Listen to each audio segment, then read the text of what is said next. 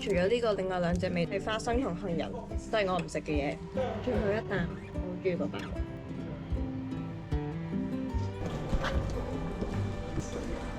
12、13世紀大概有4個 gate，而家咧就得翻呢個，所以就變咗歷史價值好高嘅一樣嘢。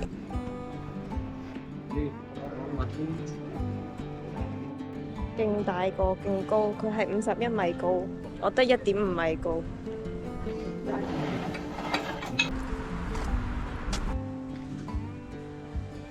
買咗張 postcard 郵票，今次係耶穌。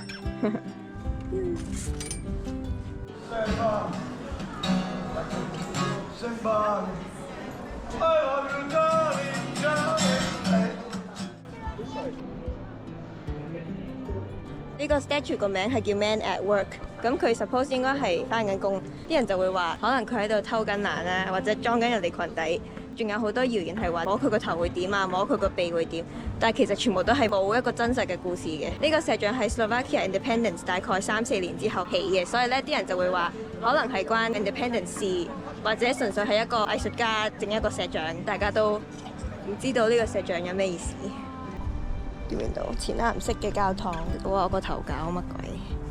佢而家閂咗門，但係可以打開呢道門入去。佢入邊都係藍色㗎。打個卡，總算嚟咗。